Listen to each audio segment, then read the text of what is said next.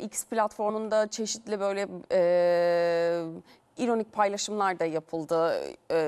Donald Trump'ı ressam Van Gogh'a sol kulağın kesilip bandajlı portresi olarak da paylaşanlar oldu. İşte kıyaslayanlar Donald Trump'la. İlginç resimler de. Şimdi bir yanda taraftarları, destekçileri bu görüntüleri kullanırken bir yanda da aslında Donald Trump'ı yenilmez, yıkılmaz olarak da tanımlıyorlar, değil mi Amerika'da? Trump'ın seçmeni demek istemiyorum. Tabanı, yani taraftarları. Çünkü Trump'ın taraftarı var. Seçmeni yok. Adamın hani taraftarı oluşmuş durumda. Onun hatta o gittiğim yerde de gördüm. Her yerde insanların evinin önünde bayrakları var. İnsanlar şapkasını takıyor, tişörtünü giyiyor. Yani her türlü her yer Trump. Yani baştan aşağı Trump olan insanlar. Bunlara demokratlar şöyle bir suçlama, alaycı şekilde, üstten bakan şekilde şöyle diyorlar. Siz bir kaltsınız, yani siz bir tarikatsınız. Buna ilah gibi tapıyorsunuz diyorlardı. Zaten Trump'a ilah gibi tapan, onu bir kurtarıcı olarak gören, onu Tanrı'nın görevlendirdiği kişi olarak gören taraftarları artık bu olaydan sonra nereye yükseldi gözlerinde, onu artık Allah bilir. Ama ölümden kurtulmuş. Ben şunu da hani bir sıkıştırayım araya. Ölmek üzereydi. Yani 1 santim mesafe, hani tamamen ıskalasa, tamamen uzaktan geçse, başka birini vursa, hani 10 metre ötedeki derdik ki Allah Allah, acaba hani gerçekten bunda bir tiyatro kokusu mu var? Operasyon mu çekiyorlar diye, ama hani nereden geçtiğini gördük. Kafasını çevirmese şu an Donald Trump'ın cenaze törenini takip ediyorduk canlı yayında. Washington'a bağlanıp burada cenaze törenindeydik. Ondan dolayı insanları kesinlikle artık durdurulamaz, yenilemez, alt edilemez biri olarak gördüğünde düşünebiliriz. Şimdi bu tabloyu kimse sevmedi mi? Bu X platformunda herkes sessiz. Sayın Dükel, İsmet Bey, Taha Bey, Zafer Bey. Çok zorlama ya. Geçtiğimiz gün. Şöyle, yani tabii şöyle bir benzerlik. Van Göksu, Gogh'da ben Yunus'a bir şey deli sorabilir miyim? derler biliyorsun Van Gogh için. Böyle bir delilikle dahilik arasında bir noktadadır. Hani Trump da evet biraz deli tarafı var ama dahi mi? Ya şöyle baktığında adam başarılı da Göksu aslında. Yani bu çılgınlığıyla hem Amerika'nın en tanınmış insanlarından biri, Amerikan başkanı seçilmiş, bir daha seçilmeye çok yakın.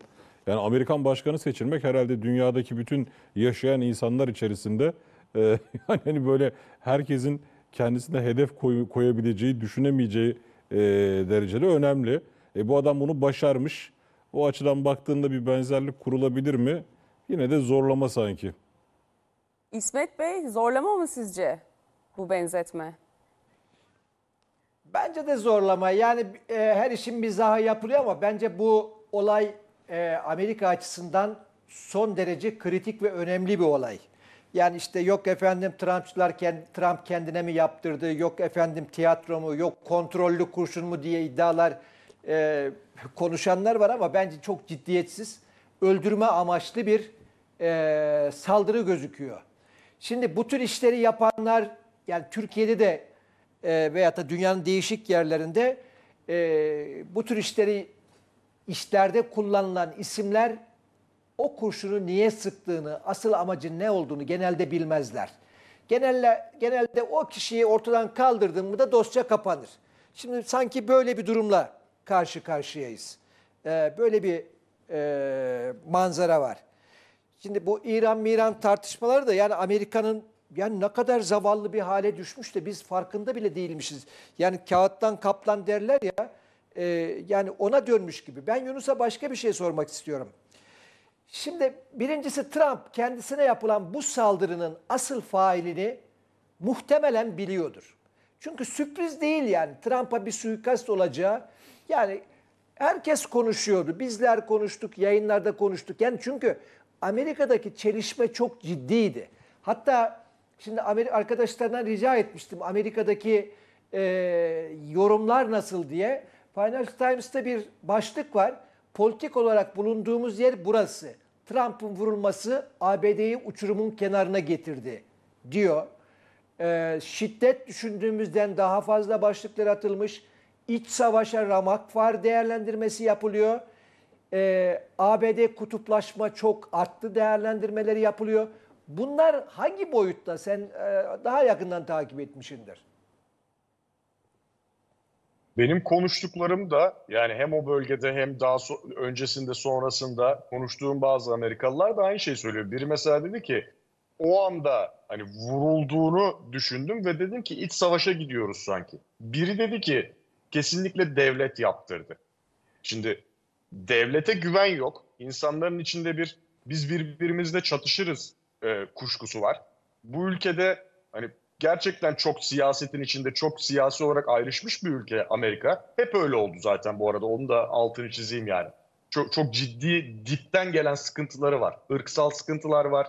Onun dışında siyasi sıkıntılar var. İnsanların siyaset söz konusu olduğunda özellikle 2015'te Trump'ın siyasete girmesiyle birlikte birbirlerinden nefret edercesine farklı tarafları tuttuğu bir ortamdayız. Mesela Şükran Günü yemeklerinde insanlar bazen bir araya gelmiyor. Kavga edenlerin hikayelerini çok dinledim. Aile ortamında siyaset konusu açılıyor. Trump, Biden, Demokrat, Cumhuriyetçi kavga edenler, bir araya gelemeyenler aile olarak barut fıçısı gibi bir ülke. Ve 2020'de bunu gördük. George Floyd olaylarında, sokaklardaki isyanlarda. O siyah beyaz kavgasıydı mesela. Ondan sonra 2021 Ocak ayında kongre baskınında gördük.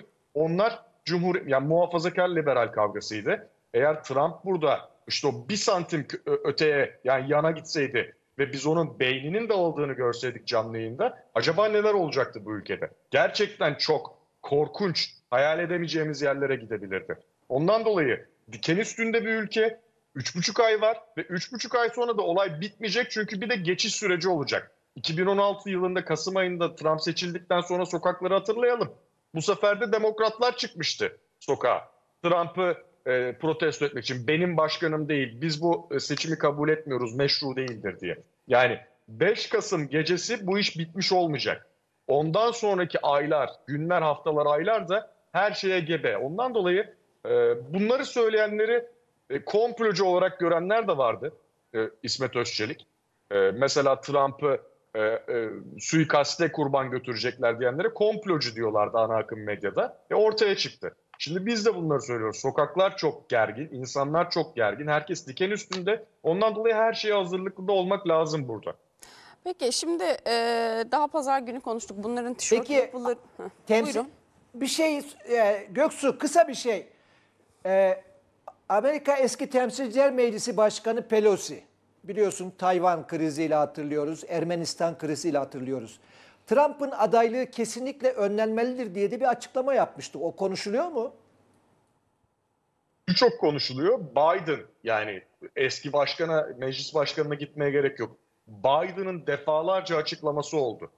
Trump Ben de Yunus'a bir soru sorayım. demokrasimize tehdit, ülkemize tehdit, ülkemizin temel değerlerine tehdit, ülkemizin demokrasisini yok edecek.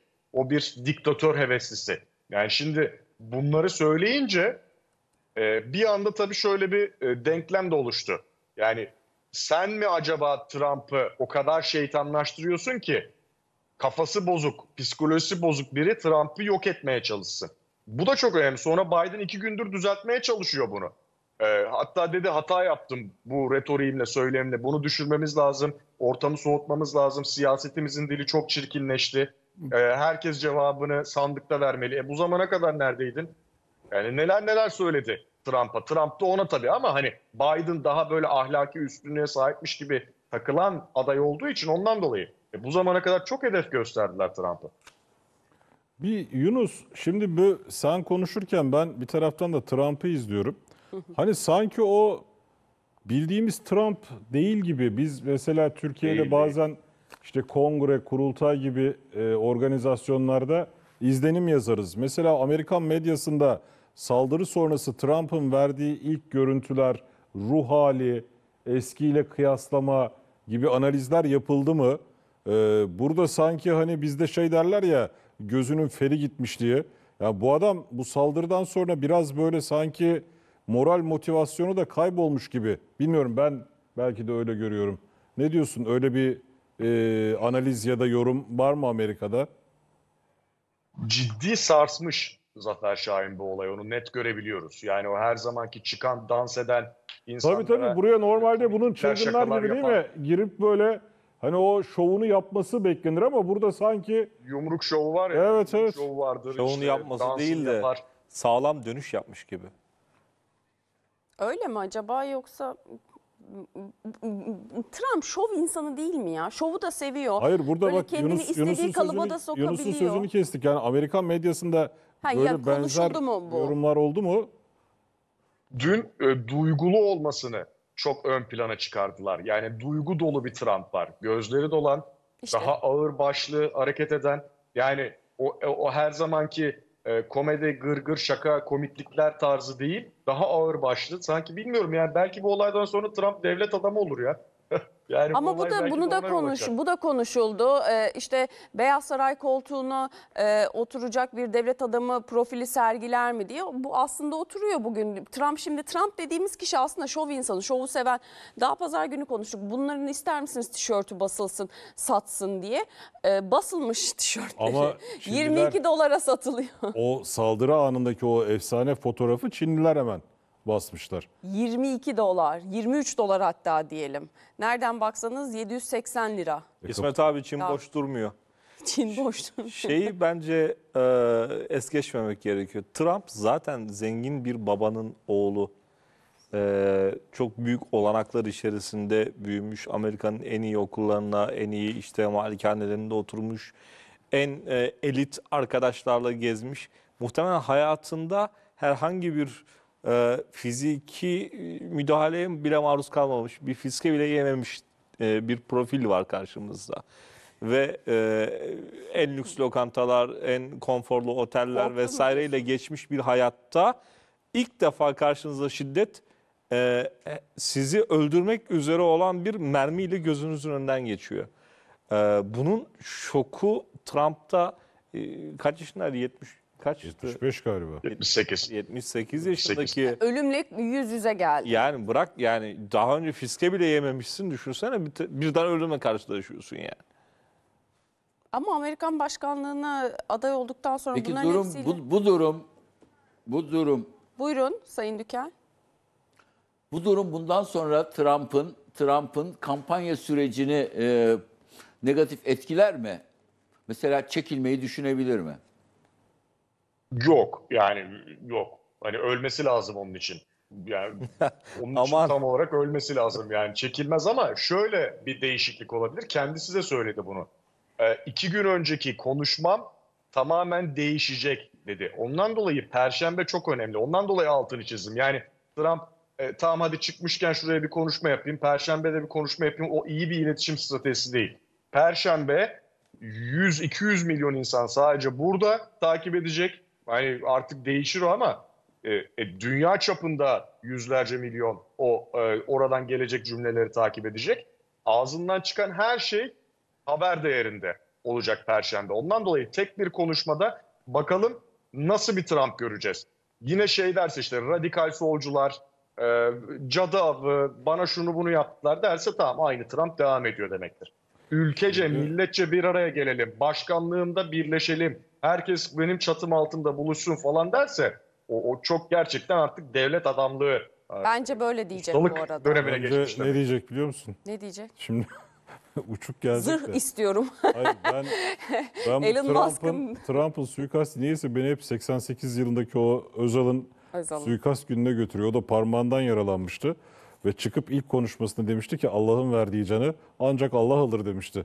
Acaba Trump İngiltere, Amerika'da İngilizce'de böyle bir deyim var mı Yunus? Öyle bir konuşma yapar mı? Hani duygusal bir konuşma yapacak ya. Yani Trump'ın tabanı evanjelik. Zaten Yaparız. ciddi Hristiyan milliyetçi bunlar.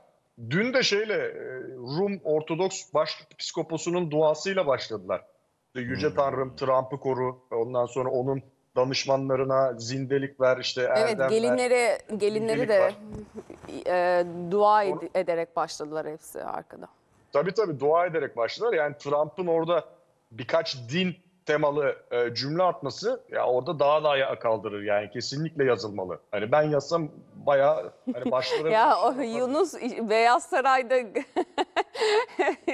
Zaten Trump destekçisi Elon Musk da bak zırh yapalım dedi. Artık uçan zırhın zamanı geldi diye. Iron Man'in benzeten o da böyle bir zırh hazırlayacağını teklif etti. Bakalım. Yunus, Elon Musk'a gelmişken o neden net bir Trump destekleyicisi? Bu saldırıdan sonra da yine güzel soru. onu ilan etti. Zaten öyleydi de bunun gerekçeleri neler? Belki senin bize aktaracağın başka ayrıntılar vardır. Ya bana göre zaten evet dediğin gibi destekliyordu. Yani herkes de İkisi biliyordu. de iş onun adamı, Cumhuriyetçi birbirlerinin dilinden olduğunu. anlıyorlar. Yani bence bu iyi bir bahane oldu Elon Musk'ın bunu açıktan kamuoyuna duyurabilmesi için. Zaten bu olaydan sonra Trump'ı destekliyorum demek çok da günah olmayan bir şey. Bir de şu çok önemli. Elon Musk önümüzdeki 4 ay boyunca her ay 45 milyon dolar verecek. Her ay 45 milyon dolar. Yani toplam 180 milyon dolar para verecek seçime kadar Trump'ın kampanyasına. Korkunç bir para. Yani tabii Musk için değil. Ama hani seçim kampanyası standartlarında çok korkunç para. Bu X, eski adı Twitter, Twitter'ken Trump'ın hesabını askıya almıştı ama o zaman sahibi tabii ki Musk değildi, değil mi? Daha sonra satın Değildi. aldı. Ondan Daha önceki sonra satın aldı. onlardan satın aldı. Aslında bu bile Trump'ın için bu aldı seçime diyebilir. avantajlı girdiğini gösteren bir hareket. Aralarından sızız bir evet, Trump Yani için önce Yani- sosyal medyayı ele geçirmiş. beni böyle sev. Bana öv, sevgini böyle göster. Özal'ın o suikaste uğradığı görüntüleri hatırlattınız. Bir izleyicilerimize izletelim mi o Tabii tabii. görüntüleri? Orada da mesela onun parmağından vurmuştur Kartal Demirağ tetikçi. Arkadaşlarımız o görüntüyü bir getirirlerse ekrana. Buyur kardeşim.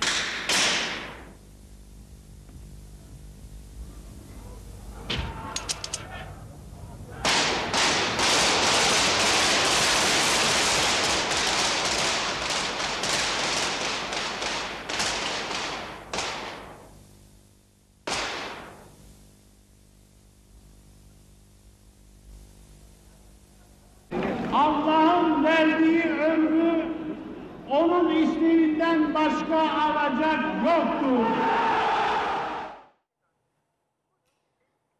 Gerçi yanlış bir benzetme olmuş. Trump'ın ilk sözü de savaş oldu o giderken, değil mi? Evet, savaşın diye. Rahmetli Özal daha böyle duygusal bir konuşma yapmış. Trump savaş demeyi tercih etti.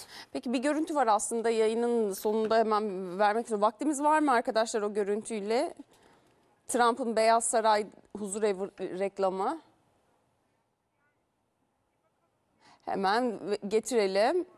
Evet, Biden'la aslında dalga geçerek böyle Biden'ı tiye alan bir reklam kampanyası paylaşmış.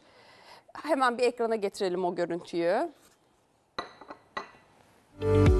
At White House Senior Living, our residents feel right at home. Our vibrant facility offers delightful activities and outings, round-the-clock professional care, and exquisite house-made meals. Well, I've been eating everything that's put in front of me. I've been eating all Italian foods, basically. And ice cream. And ice cream, chocolate chip ice cream. White House Senior Living, where residents feel like presidents. Yunus, Trump birkaç ay önce paylaştı huzurevi videosu ama bu video bayağı da aslında komik yedi. İşte şimdi Biden'ı böyle tiye alan bir Trump var. Ne bekliyorsun Trump'tan? Bundan sonra bu kampanyalara devam eder mi? Son bir dakikamız. Bana göre bu yakaladığı fırsatı şu ana kadar iyi kullandı. Birleştirici, ayrıştırmayan, benim etrafımda toplanın, milletçe bir olalım. Bu kurşun Amerika'ya sıkılmış, Amerika'nın birliğine sıkılmış bir kurşundur mantığıyla ilerledi. Bu şekilde ilerlerse bence o küskün kararsızları, bağımsız seçmenleri de kendisine çekebilir ama söz konusu kişi Trump olduğu için yani bunu 100 gün boyunca bence götüremez. En fazla haftaya yine başlar. İşte radikal, çılgın, deli solcular. Ya onu tutabileceğini sanmıyorum o pozisyonu.